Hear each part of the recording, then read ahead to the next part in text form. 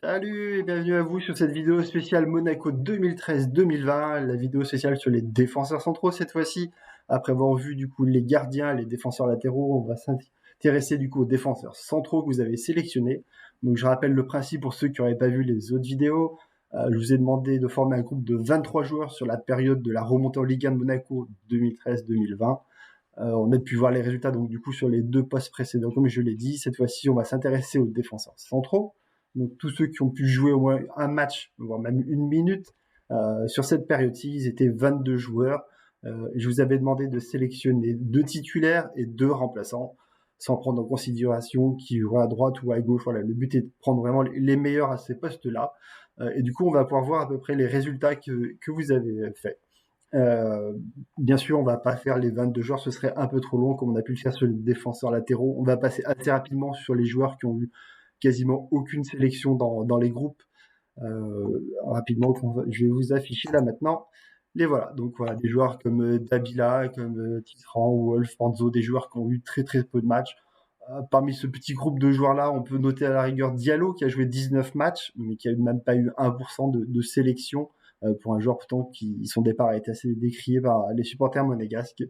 Mais voilà, sinon, le joueur qui a eu un peu plus de votes, c'est bizarrement, c'est Tisserand. 7 matchs en Ligue 1 et pourtant un peu plus d'1% de choix dans les groupes en tant que remplaçant, plus exactement. Voilà, si on regarde à peu près les joueurs qui sont un peu au-dessus d'eux, donc qui ont eu un peu plus de votes et qui sont un peu plus de matchs, surtout que les joueurs précédemment cités. Le premier c'est Wallace. Wallace, donc il y a eu un peu moins d'1% de jeux sélection dans vos groupes. Et toutes ces sélections en fait sont en tant que titulaire, donc il doit avoir sa petite fan base qui considère que c'est un des meilleurs défenseurs centrales qu'on a dû avoir sur cette période-là. Pour le mettre directement titulaire, personne ne l'a mis remplaçant.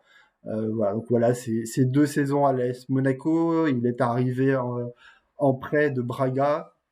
Il est resté en prêt pendant 2 ans. Personnellement, je pensais que c'était un transfert, qu'on l'avait acheté et revendu ensuite à la Lazio, mais non, du coup, en regardant un peu le célèbre site allemand de transfert, il nous informe comme quoi on a eu un prêt pendant 2 ans, qu'ensuite il a été retourné à Braga, ou qu'ils l'ont vendu eux à la Lazio et à qui ils l'ont reprêté encore une fois. Voilà, donc c'est un joueur qu'on nous a seulement prêté, voilà, ce qui ne change pas grand chose à son propre cas. 56 matchs, 9 en Coupe d'Europe quand même, 2 buts inscrits, les 2 contre Rennes, à noter une fois en Coupe et une fois en Ligue 1. Donc voilà, très peu de sélection pour un joueur qui n'aura pas forcément beaucoup marqué les esprits. Il a été recruté, testé pendant une saison et rapidement, du coup, le choix a été fait de recruter Jemerson pendant l'hiver en vue de la saison suivante et donc de ne pas conserver, voilà, c'est de se tourner vers autre chose.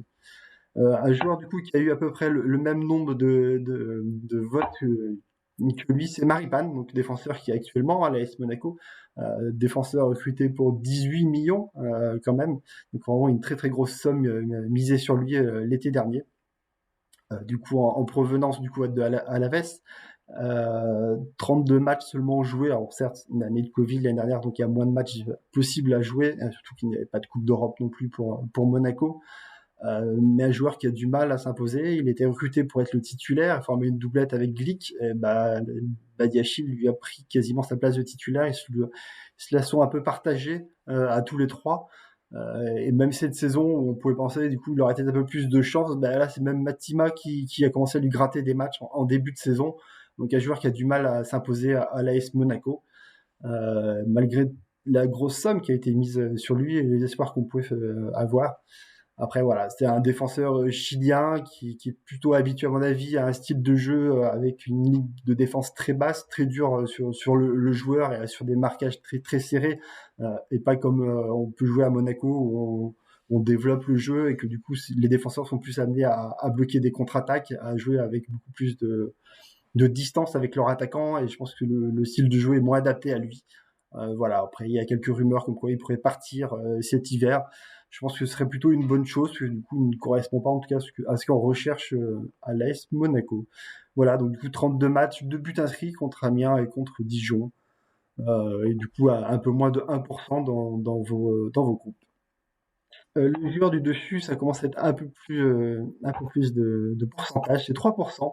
Là, c'est surprenant quand même de voir du coup qu'un jeune joueur qui a que 5 matchs arrive du coup devant les deux précédents qui en ont beaucoup plus. Pour moi, c'était un peu tôt pour arriver à mettre 3% de présence dans les groupes à Matsima.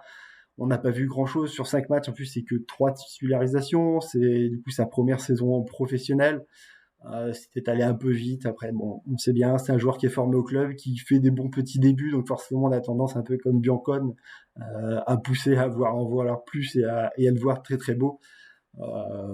Mon avis, voilà, à voir plus tard ce que ça pourra donner pour lui. En tout cas, on espère qu'il puisse avoir une bonne carrière et qu'elle soit lancée cette saison, et qui un peu à l'image du joueur suivant, qui est du coup Badiachil, qui puisse avoir la même route, avoir s'imposer à Monaco et avoir du temps de jeu dans son club formateur.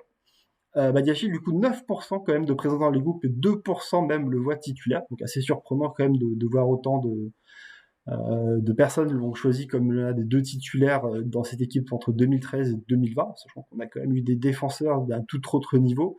Après, Seth, il a beaucoup de talent, beaucoup lui prédisent une très bonne carrière, puis l'Europe entière voudrait nous l'arracher à des sommes très très affolantes. Mais bon, pour l'instant, ça reste un défenseur qui est encore jeune, qui fait encore beaucoup d'erreurs. Qui doit se perfectionner. Et voilà, bon après la confiance est mise sur lui et on lui donne beaucoup de temps de jeu pour qu'il puisse progresser, tant mieux. On voit quand même qu'il y a une petite amélioration, même si malheureusement il y a quelques boulettes de temps en temps qui sont assez regrettables. Donc Badiachil, c'est une carrière qui commence avec nous en 2018. C'est Thierry Henry qui le lancera du coup sur une défaite 4-0 contre le PSG. Il continuera à jouer en Ligue 1 et très rapidement même en Ligue des Champions.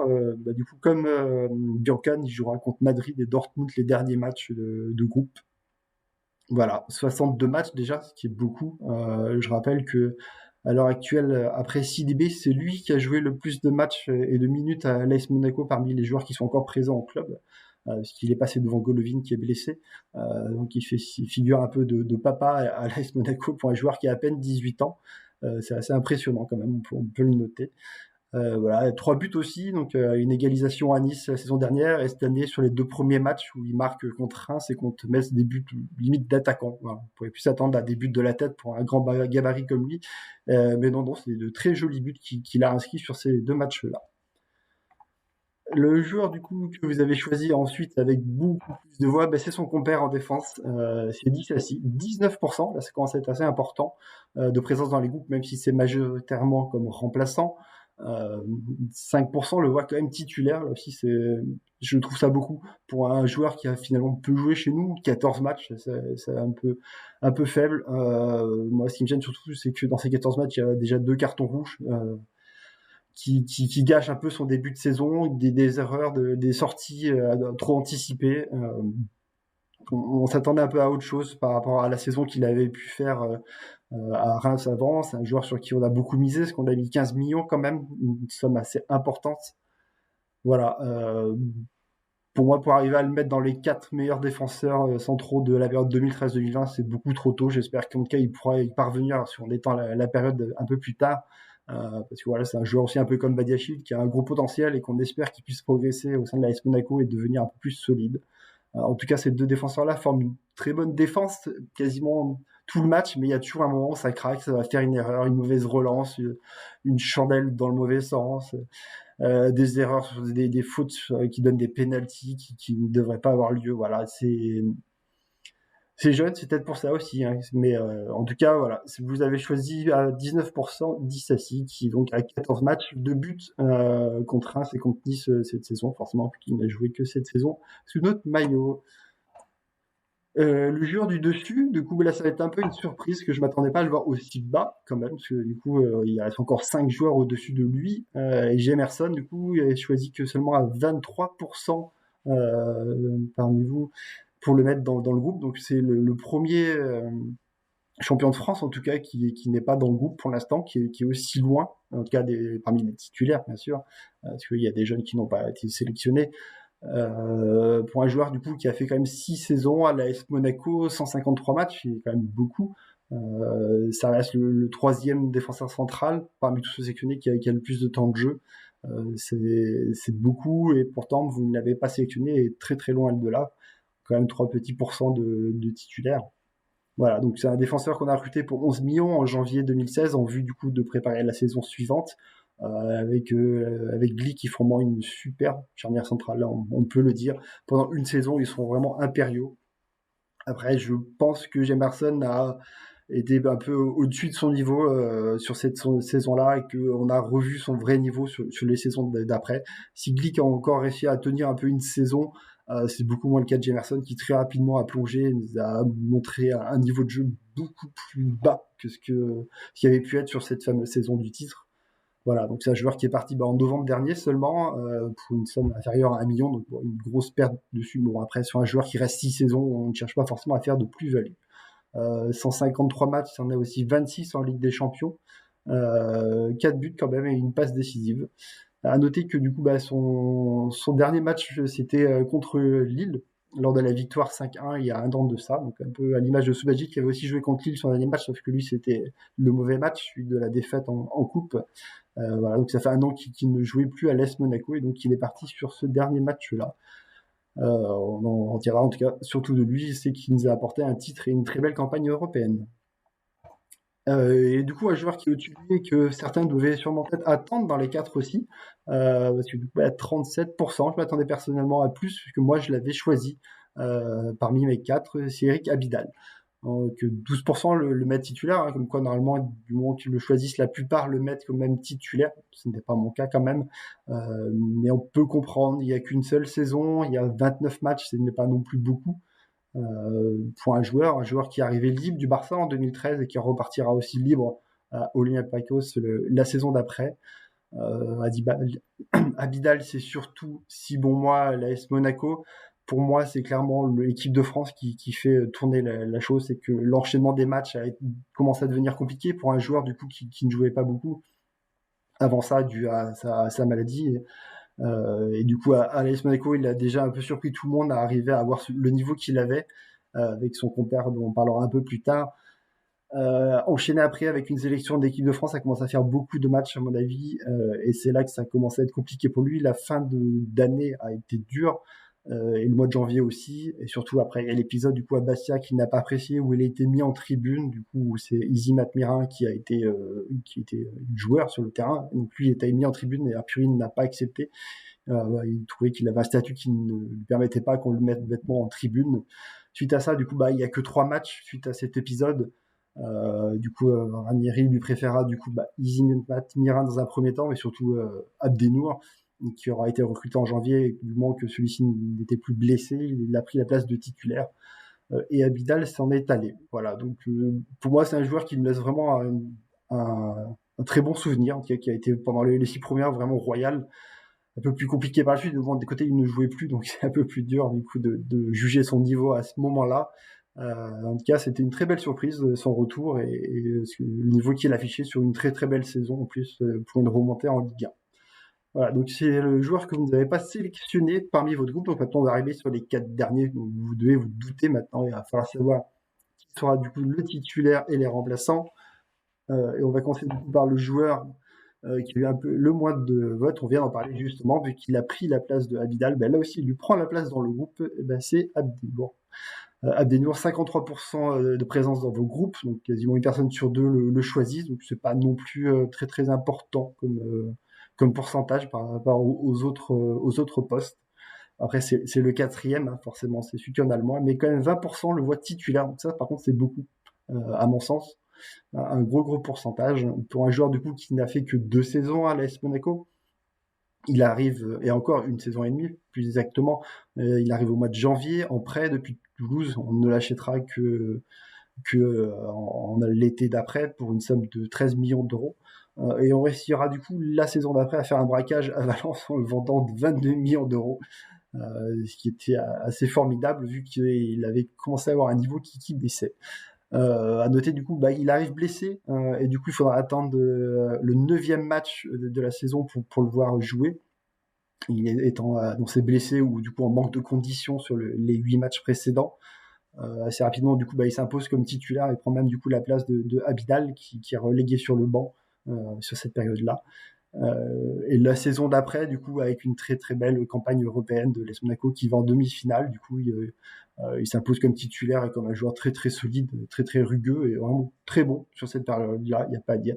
Après, malheureusement, cette saison est entachée de 3 blessures différentes, plus la CAN où il n'est pas là, donc ça fait beaucoup de matchs ratés. C'est pour ça, du coup, qu'il n'y a que 32 matchs pour un joueur qui joue une saison et demie, ce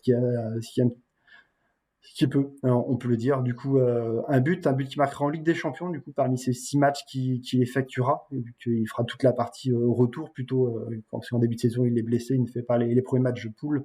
Donc c'est un but au Zénith qu'il inscrira, contre le Zénith, pardon. Voilà ce qu'on peut dire sur lui. Moi, je retiendrai surtout c'est son match qu'il a fait à Marseille, où il est complètement impérial et qui bloque totalement toutes les attaques marseillaises quasiment à lui tout seul. Vraiment très bon, vraiment au summum pour moi de ce que Adenor a pu démontrer à l'AS Monaco.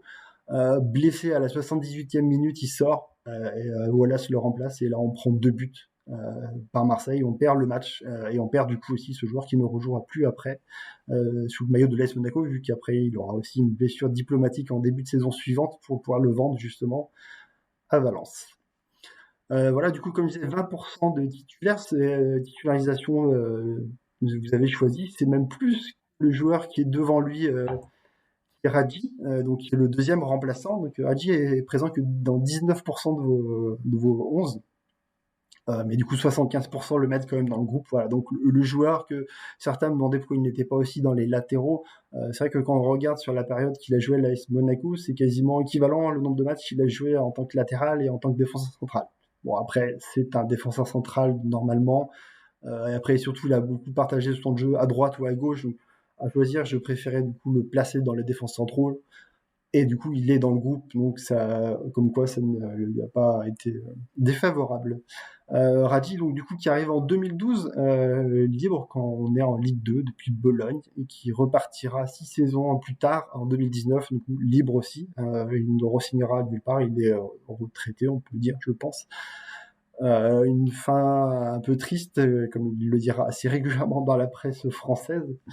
192 matchs sur cette période, bien sûr, parce qu'il en a fait plus de 200 à l'AS Monaco qu'on compte la Ligue 2 en plus. 192 matchs, donc quand même 38 en Coupe d'Europe, ce qui est quand même beaucoup pour un joueur du coup qui a même pas de sélection en Italie. Donc, un joueur qui aura joué énormément de matchs à Monaco, 6 buts, 4 passes décisives. Un joueur qui est quasiment jamais titulaire en début de saison, et pourtant qui finira toujours par le devenir, qui réussira toujours à jouer sa trentaine de matchs, qui profitera des blessures ou des méformes de certains et arrivera à s'imposer au final en jouant un peu partout en défense, vu que c'est un vrai couteau suisse italien, comme on le disait.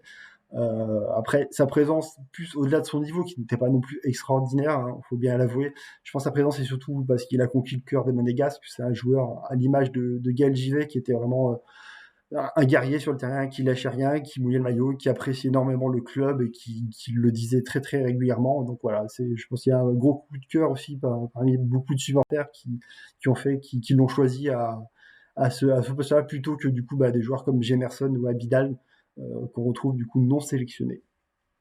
Voilà en tout cas ce qu'on peut dire sur Hadji, bien sûr, qui fait partie des joueurs champions de France de l'année 2016-2017. Voilà, maintenant on va arriver sur les 2 titulaires. Donc, on se doute de qui c'était forcément.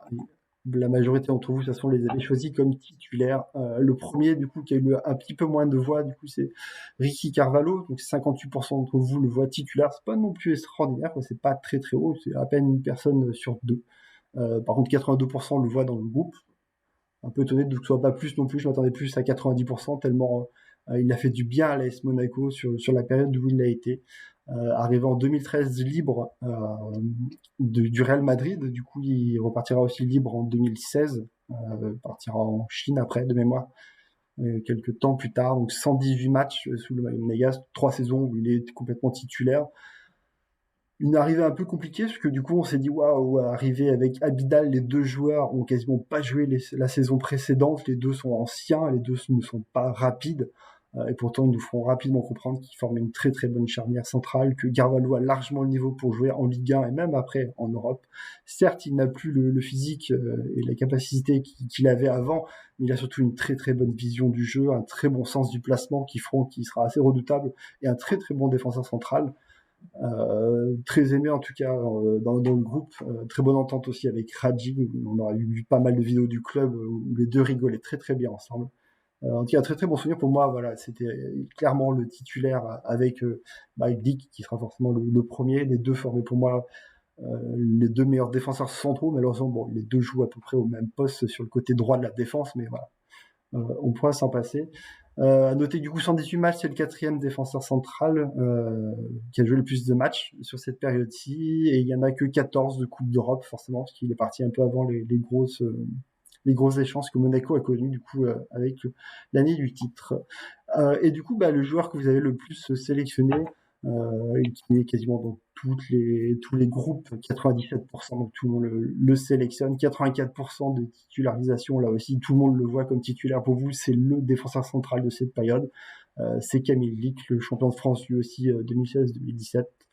Donc il arrive en 2016 depuis Torino pour 11 millions d'euros, donc un bon petit montant quand même, joueur qu'on ne connaît pas, la plupart d'entre nous, et qu'on découvre du coup pendant l'Euro avec la sélection polonaise, étant donné que du coup il signe juste pendant l'Euro en fait, et donc on a l'occasion de le voir et de découvrir un très très bon défenseur central, et qui enchaînera du coup une superbe saison où il formera avec Jemerson une très très bonne doublette, comme j'ai pu le dire tout à l'heure avec le cas de Jemerson.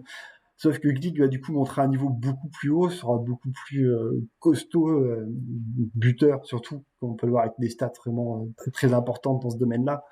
Euh, très très très très dur sur l'homme, très solide. Le souci c'est que du coup avec l'âge il commencera à être beaucoup plus lent, à avoir beaucoup plus de mal sur les attaquants très très vifs et très très roulements, et du coup quand Monaco se livrera un peu trop sur les contre-attaques, ce sera fatal.